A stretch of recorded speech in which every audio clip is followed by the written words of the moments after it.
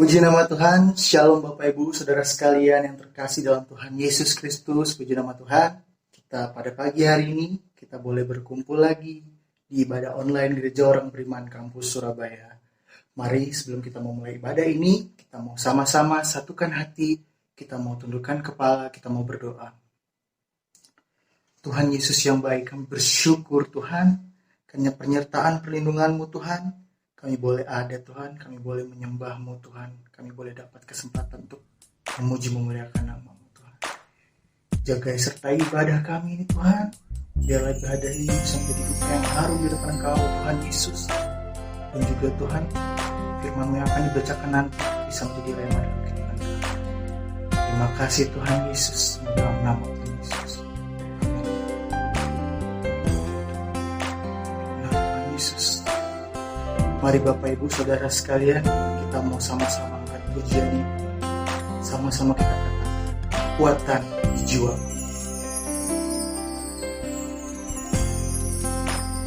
Kekuatan di jiwaku, ketenangan batinku, ada dalam hadirat-Mu, menyembah-Mu. Katakan tersungkur di kaki. Tersungkurku di kaki-Mu, rasakan hadirat-Mu, oh Tuhan. Kan ku melepaskanmu, Kau cahaya bagiku. Sama-sama mengiringmu seumur hidupku, masuk dalam rencana-Mu Tuhan. Pikiranku, kehendakku, ku serahkan padamu. Harapanku hanya di dalam-Mu. Ku kan teguh bersama-Mu Bapa. Jadikanku bejana-Mu untuk kemuliaan-Mu.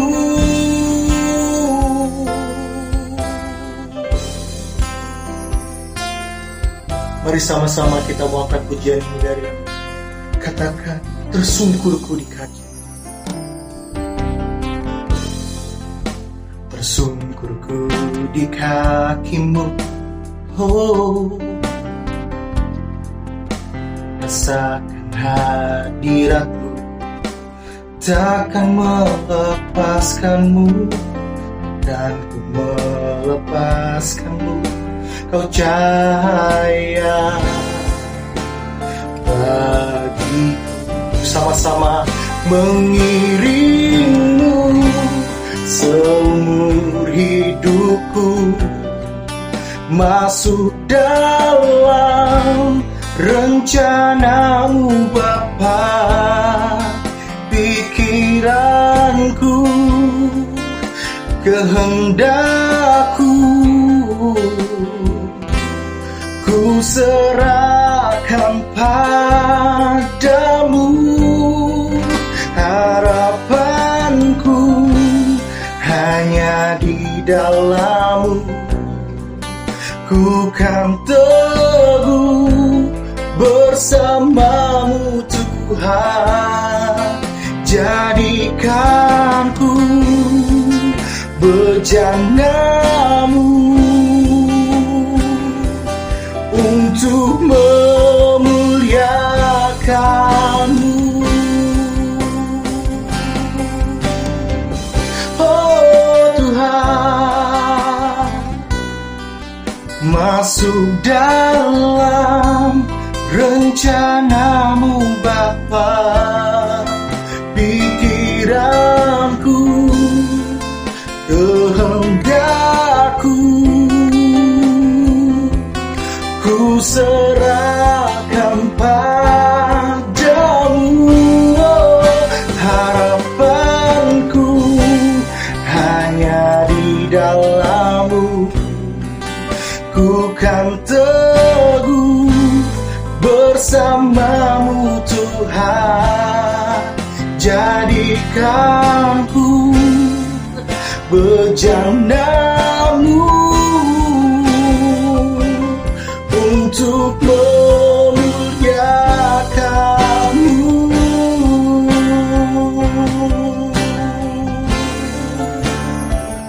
Benar Tuhan Yesus,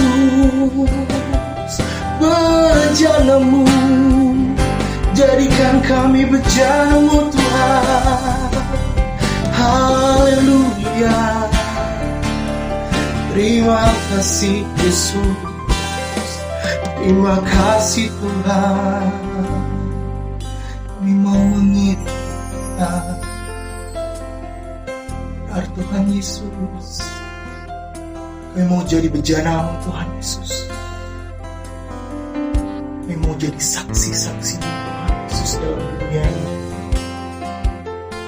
Oh Tuhan Yesus, mari sama-sama kita mau bersyukur. Mari sama-sama kita mau menyembah Tuhan. Sembah Dia. Benar Tuhan Yesus, Allah yang sangat luar biasa. Kami bersyukur Tuhan. Oh, kami menyembah, kami tinggikan, kami muliakan Tuhan. Oh, haleluya, haleluya.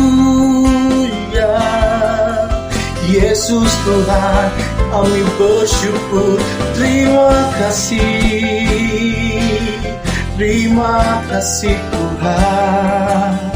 Haleluya.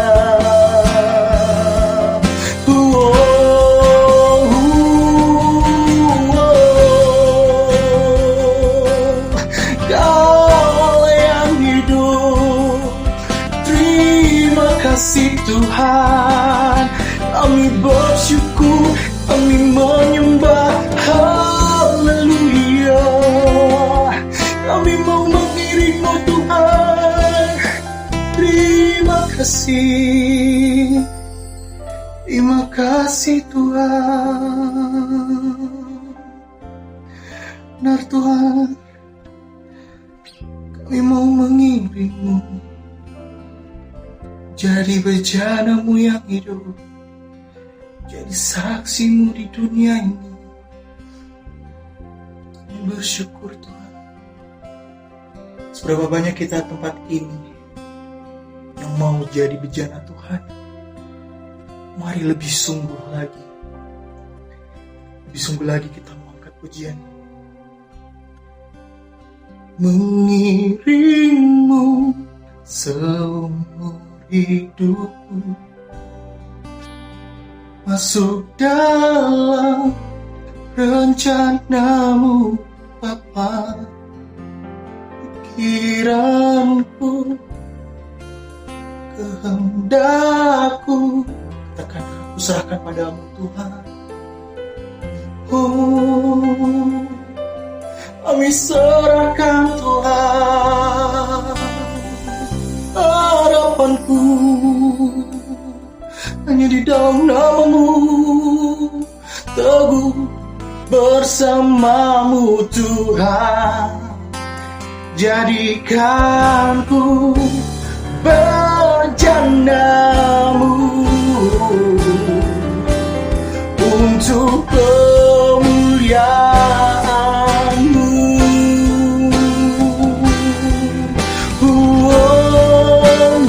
Mengiring-Mu seumur sungguh hidupku masuk dalam rencana-Mu Bapa. Pikiranku, kehendakku, ku serahkan padamu. Harapanku hanya di dalam-Mu. Ku kan teguh bersama-Mu Tuhan. Jadikan ku bejana-Mu untuk kemuliaan-Mu. Jadikan ku bejana-Mu untuk kemuliaan-Mu. Jadikan ku bejana-Mu untuk kemuliaan-Mu.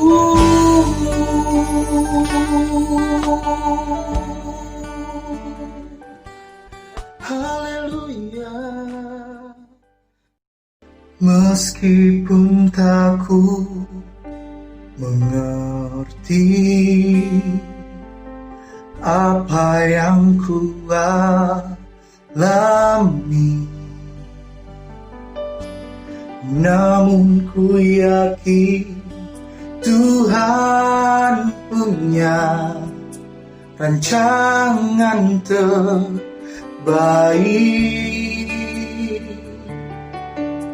Pertolonganku datang dari-Mu, Yesus yang ku percaya.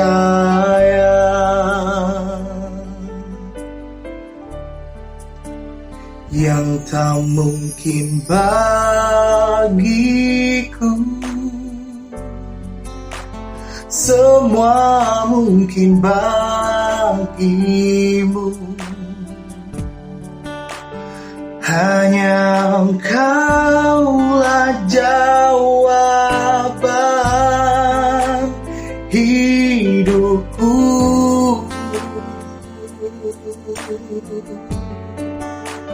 Yang tak pernah ku lihat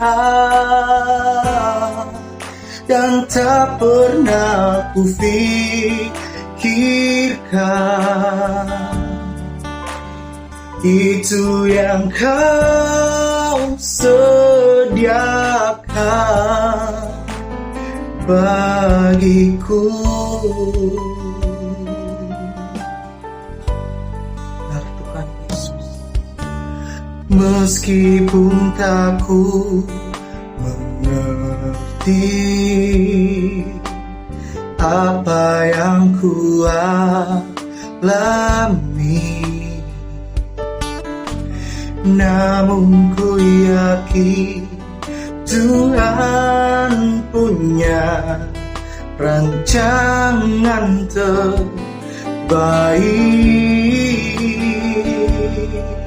Pertolonganku datang dari-Mu, Yesus yang ku percaya.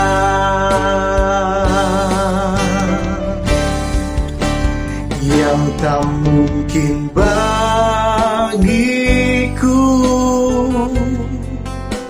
semua mungkin bagi-Mu.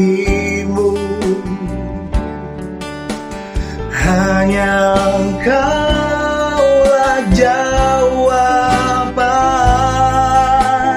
hidupku.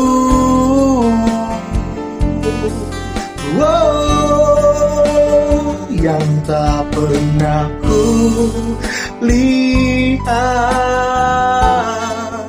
dan tak pernah ku pikirkan,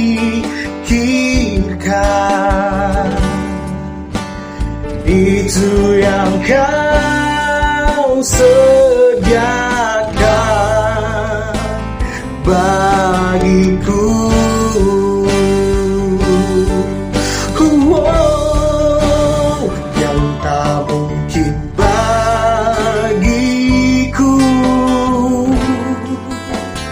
semua mungkin bagimu.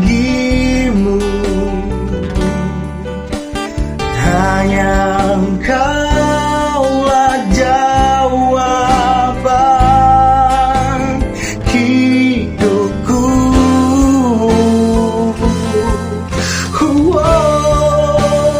Yang tak pernah ku lihat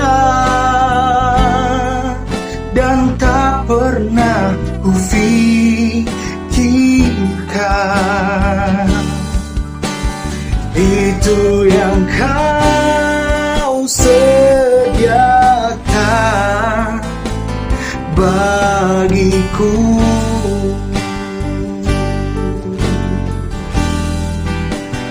Itu yang Kau sediakan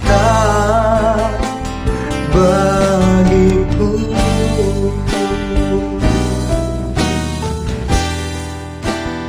Itu yang Kau sediakan, oh bagiku Tuhan. Benar Tuhan Yesus, itulah yang Kau sediakan bagi kehidupan kami Tuhan, yang tak pernah kami lihat, yang tak pernah terfikirkan, semua telah Kau sediakan bagi kami Tuhan. Hanya Engkaulah jawaban dalam kehidupan kami Tuhan. Hanya Engkaulah Yesus jalan bagi kehidupan kami Tuhan Yesus. Terima kasih Tuhan. Terima kasih Tuhan. Tiba saatnya Tuhan kami anak-anak-Mu Tuhan. Kami rindu untuk mendengarkan kebenaran firman-Mu Tuhan. Biarlah firman yang kami dengar Tuhan Yesus bisa menjadi derema dalam kehidupan kami Tuhan. Bisa menjadi pedoman dalam kehidupan kami lakukan Tuhan di setiap hari kami Tuhan. Agar nama-Mu Tuhan Yesus, nama-Mu terlihat dalam kehidupan kami Tuhan. Terima kasih Tuhan Yesus. Berkati hamba-Mu yang akan membawakan kebenaran firman Tuhan. Biarlah apa yang keluar dari bibir mulut lidahnya Tuhan, bukan karena fasih perkataannya, tapi karena tuntunan dari Roh Kudus. Hanya dalam nama Tuhan Yesus. Amin. Shalom Bapak Ibu Saudara yang terkasih dalam Tuhan Yesus Kristus. Apa kabar? Saya berdoa kita semua dalam keadaan baik, sehat, sukacita, serta tetap terus semangat. Puji nama Tuhan, kita semua sudah tiba di penghujung bulan Agustus, tepatnya di minggu kelima bulan Agustus, yakni di tanggal 30 Agustus tahun 2020. Dan kita semua bersyukur bahwa walaupun pergumulan ada, masalah pasti ada, tantangan pun ada, tetapi kalau kita tengok ke belakang dan kita boleh berdiri sampai pada hari ini di bulan ke-8, di ujung bulan ke-8, itu semua karena berkat anugerah kebaikan Tuhan. Mari tetap terus semangat menghadapi hidup ini karena kita percaya selama kita masih bernafas, pasti Tuhan punya rencana dan Tuhan punya maksud dalam hidup saudara dan saya. Puji Tuhan, mari kita buka kebenaran firman Tuhan. Pada hari ini terambil dari Injil Matius pasal 4, ayat 1 sampai 4. Ada 4 ayat saja yang akan saya bacakan untuk kita semua. Tetapi secara keseluruhan, Injil Matius pasalnya yang keempat ada 11 ayat. Saudara bisa membacanya tersendiri di rumah masing-masing. Judulnya di Alkitab LAI ialah Pencobaan di Padang Gurun. Demikian firman Tuhan, Matius pasal 4 ayat 1 sampai 4. Maka Yesus dibawa oleh Roh ke padang gurun untuk dicobai iblis. Dan setelah berpuasa 40 hari dan 40 malam, akhirnya laparlah Yesus. Lalu datanglah si pencoba itu dan berkata kepadanya, "Jika engkau anak Allah, perintahkanlah supaya batu-batu ini menjadi roti." Tetapi Yesus menjawab, "Ada tertulis, manusia hidup bukan dari roti saja, tetapi dari setiap firman yang keluar dari mulut Allah." Demikian firman Tuhan. Nah, saudara terkasih dalam Tuhan Yesus Kristus, hari ini saya mau bagikan buat setiap kita tentang pencobaan yang kita alami. Apa itu pencobaan? Kita semua pasti tahu pencobaan itu adalah satu keadaan di mana manusia, saudara dan saya mengalami dicobai. Sehingga ada tantangan, masalah, pergumulan dalam hidup kita yang mengubah keadaan hidup kita. Saya memberitahu ini bukan untuk menakut-nakuti saudara dan saya, tapi justru untuk menyemangati kita semua bahwa pasti ketika suatu hari nanti kita mengalami pencobaan, atau saudara yang saat ini sedang mendengar khotbah ini, saudara sedang mengalami pencobaan, saudara tidak perlu takut bahwa ternyata Alkitab mencatat tentang peristiwa pencobaan. Dan tentu ketika kita tetap terus berjalan bersama dengan Tuhan, maka di akhir kita akan melihat kemenangan dan Tuhan sedang menyiapkan kita untuk satu hal perkara dahsyat yang luar biasa. Kenapa saya katakan kita semua pasti akan mengalami pencobaan atau saat ini sedang mengalami pencobaan atau saudara pernah menghadapi pencobaan? Karena Alkitab kita mencatat satu peristiwa yang luar biasa. Bagaimana Tuhan Yesus, Tuhan yang kita sembah, Dia Tuhan 100% turun menjadi manusia 100%, Dia sendiri mengalami pencobaan, saudara. Ini artinya saudara dan saya pasti juga akan mengalami yang namanya pencobaan. Tetapi kembali lagi, seperti yang saya katakan sebelumnya, saya memberitahu ini bukan untuk menakut-nakuti saudara, tetapi untuk menginfokan saudara bahwa ini adalah satu peristiwa Alkitabiah. Dan tentu Tuhan punya maksud dalam hidup saudara dan saya, kalau saudara pernah, sedang, dan akan menghadapi pencobaan. Kalau saudara baca nanti di rumah secara khusus pasal 4, kemudian lanjut ya ayat-ayatnya setelah ayat 11, ternyata setelah peristiwa pencobaan itu Tuhan Yesus masuk dalam satu fase yang baru dalam kehidupan pelayanannya. Kalau tadinya Dia turun dari sorga menjadi manusia, ya Dia melayani dalam artian di lingkup keluarga sebagai anak, remaja, pemuda, berbakti kepada orang tua. Tetapi setelah peristiwa pencobaan ini Dia masuk ke fase yang lebih lagi, ya, level yang lebih tinggi, satu fase yang baru. Yakni Dia masuk dalam lingkup kehidupan pelayanan real di lapangan. Dan inilah memang tujuan Dia datang ke bumi untuk melayani manusia dan untuk mati berkorban di atas kayu salib. Hari ini jangan takut kalau saudara sedang menghadapi pencobaan, atau saudara mungkin nanti akan menghadapi pencobaan, atau pernah menghadapi pencobaan. Tuhan beserta setiap kita, maju terus bersama dengan Tuhan, maka kita akan cakap menanggung segala perkara. 3 hal saja ingin saya sampaikan bicara tentang pencobaan yang kita alami. Yang pertama, kalau kita lihat di ayatnya yang ke-1, maka Yesus dibawa oleh Roh ke padang gurun untuk dicobai iblis. Kalimat pembukanya ini mantap, saudara. Dalam artian tegas, jelas, tidak berbasa-basi. Maka Yesus, jadi nggak dikatakan maka Dia itu yang telah turun dari sorga. Nggak, langsung jelas namanya. Maka Yesus, clear, dibawa oleh Roh, R besar. Artinya siapa? Ya Roh Tuhan, berarti Tuhan sendiri yang mengizinkan ini terjadi. Maka Yesus dibawa Roh ke padang gurun. Kita tahu padang gurun itu tempat yang tidak enak. Panas, terik, gersang, kering. Tidak ada orang jualan roti di situ. Untuk apa? Ini jelas. Makanya saya katakan kalimat yang pertama pembuka ini mantep, padat, jelas, tegas. Maka Yesus dibawa oleh Roh ke padang gurun untuk dicobai iblis. Jadi yang pertama Bapak Ibu Saudara bicara tentang pencobaan, ya.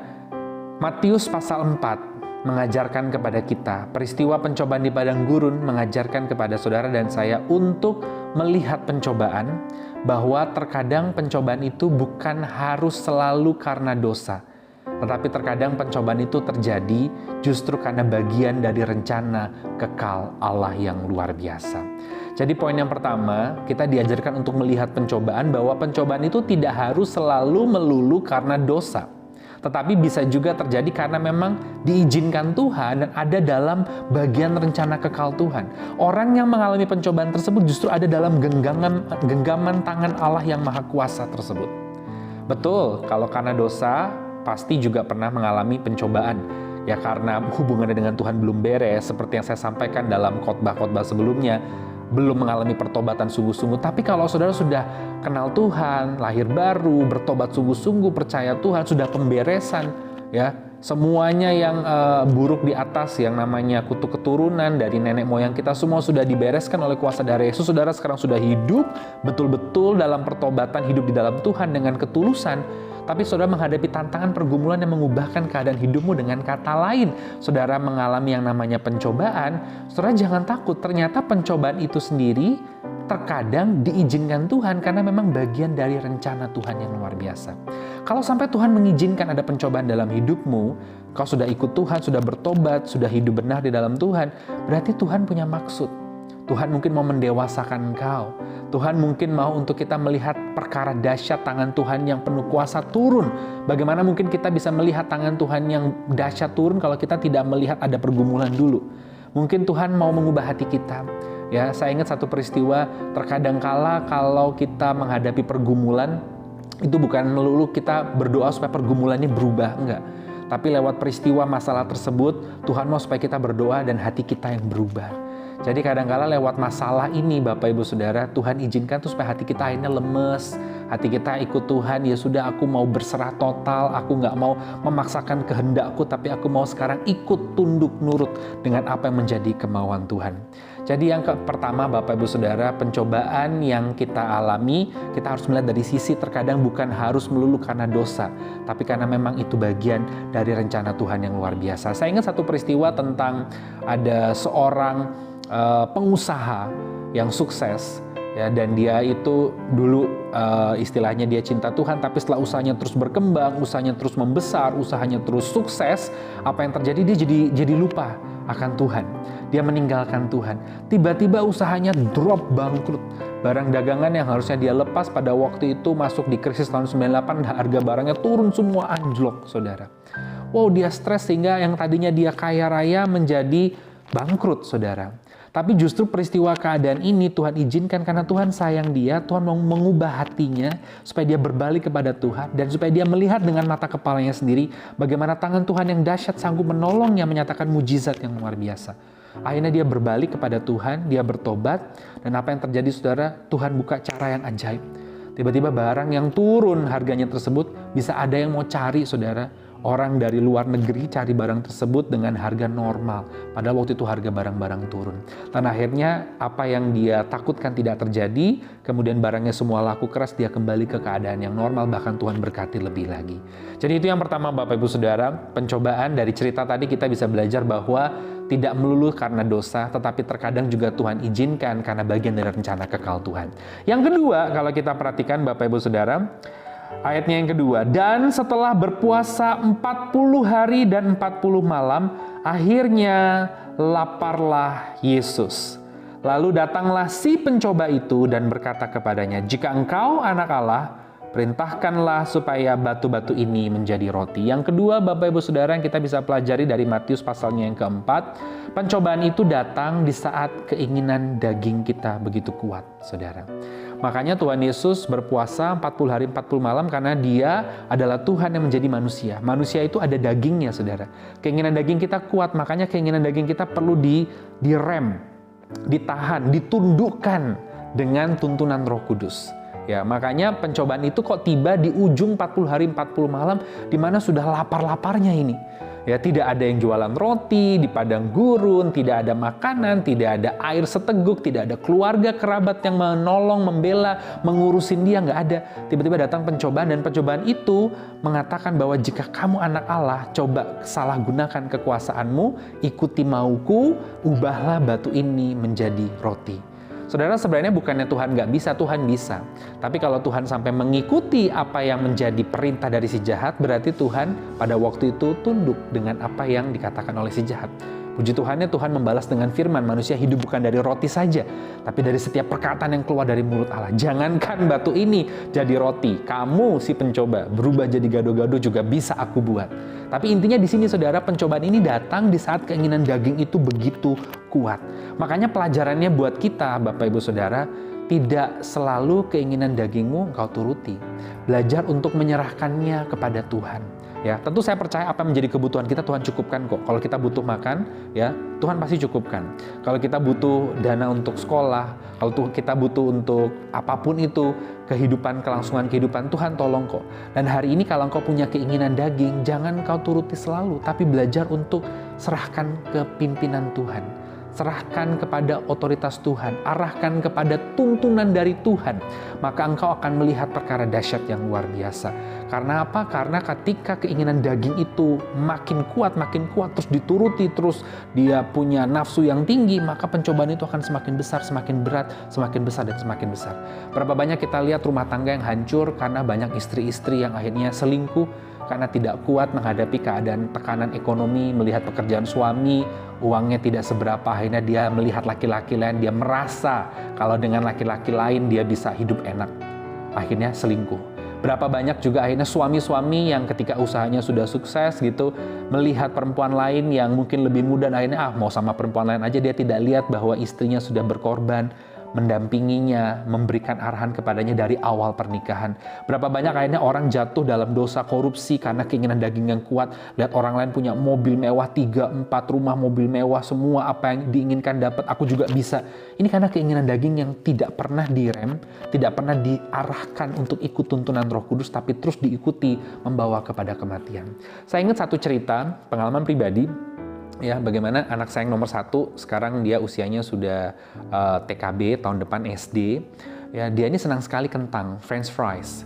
Ya, dan selalu dia minta dibelikan kentang. Ya, sesekali saya turuti beli di salah satu gerai Amerika yang depannya huruf M. Tapi kalau setiap hari beli, karena kebetulan sekolahnya dekat dengan gerai fast food Amerika yang huruf M itu, saudara. Kalau tiap hari dituruti ya nggak bisa juga, tidak sehat dan tentu mengeluarkan pengeluaran yang tidak sedikit gitu. Akhirnya saya berkata, waktu dia bilang, saya mau dong itu French fries, berdoa. Loh kan tinggal beli? Enggak, harus berdoa dulu. Berdoa dulu, tidak selalu. Dan akhirnya saya kasih dengan istri proyek ketaatan nanti. Ya, kalau misalkan eyang datang, atau opanya datang, atau ontinya datang, baru kamu bisa makan bareng. Boleh minta, tapi nggak selalu setiap hari sama Dedi Mami. Karena kami sedang memberi pendidikan, tidak selalu semua mau keinginan dagingnya dituruti. Belajar menyerahkan kepada Tuhan. Akhirnya singkat cerita, dia bisa mengerti. Tiap kali lihat gerai cepat saji tersebut yang huruf M, dia berdoa, Tuhan aku mau French fries. Padahal saya bisa belikan, tapi saya tidak mau membelikan. Dan singkat cerita, dari Surabaya kami akhirnya pergi ke Jakarta. Ada urusan, saya dengan istri dan anak pergi ke Jakarta dari Surabaya. Dan setelah melakukan urusan di Jakarta, sebelum balik ke Surabaya, beberapa hari sebelum balik ke Surabaya, tiba-tiba ada kenalan kerabat kami yang menelpon untuk ngajak makan, saudara. Yang ngajak makan, akhirnya diajak makan untuk ketemuan di tengah kota Jakarta di Pacific Place, di mall. Dan ternyata kami diajak makan di restoran yang all you can eat gitu. Dan ketika masuk di all you can eat di situ, padahal all you can eat itu kan jual daging-daging ya. Tetapi anak saya yang pertama ini fokusnya lihatnya bukan dagingnya, bukan makanan-makanan yang lain. Yang dia lihat di situ ada setumpuk French fries dan dia tanya, itu boleh diambil? Saya bilang boleh. Berapa kali diambil? Sekali, 2 kali kah? Berkali-kali sampai kamu merasa kamu memang cukup, kamu boleh ambil. Hah? Dia mukanya langsung berubah berbinar-binar, sumringah, senang luar biasa. Saudara, ini artinya kalau kita menyerahkan keinginan daging kita kepada kehendak dan tuntunan Tuhan, bukan berarti saudara artinya terus tersiksa, mati, nggak bisa menikmati hidup. Enggak. Justru saudara nanti sedang disiapkan Tuhan waktu yang tepat untuk menikmati berkat dengan cara Tuhan, saudara siap sehingga sudah melihat perkara yang dahsyat luar biasa. Hari ini jangan selalu keinginan dagingmu kau turuti, tapi belajar tundukkan kepada tuntunan Roh Kudus. Arahkan kepada tuntunan Tuhan, maka engkau akan melihat perkara yang luar biasa. Yang ketiga, yang terakhir, tetapi Yesus menjawab, ada tertulis, manusia hidup bukan dari roti saja, tetapi dari setiap firman yang keluar dari mulut Allah. Wow, ini indah luar biasa. Yang ketiga, yang terakhir, Matius pasal 4, bicara tentang pencobaan yang kita alami, mengajarkan kepada kita bahwa pemahaman yang benar akan firman Allah akan membuat kita mengalami kemenangan atas pencobaan. Hari ini, saudara, kata kuncinya, kenali firman Tuhan dengan benar. Setan tahu kok firman Tuhan. Makanya tadi dia ucapkan, tapi dia bolak-balik dipelintir, saudara. Makanya kalau ada orang suka bolak-balik ngemelintir, waduh, ya dipertanyakan, saudara. Ya di depan A, di belakang B, itu harus berhati-hati. Ya setan tuh senang membolak-balikkan perkataan firman Tuhan dari zaman Adam dan Hawa sampai pada waktu peristiwa pencobaan Tuhan Yesus di padang gurun. Ya kan, dia berkata, bukankah kalau kamu anak Allah, ya kamu bisa mengubah ini. Tuhan Yesus tidak mengikuti kehendaknya, tetapi Tuhan Yesus berkata, ada tertulis. Artinya Tuhan kenal betul firman. Ini juga pelajaran buat kita karena Yesus menjadi manusia, menjadi teladan buat saudara dan saya. Kenali firman, bergaul, makan firman tiap hari. Kita harus ngerti betul firman Tuhan. Karena hari-hari ini, jangankan bicara setan, manusia aja banyak yang mempermainkan ayat.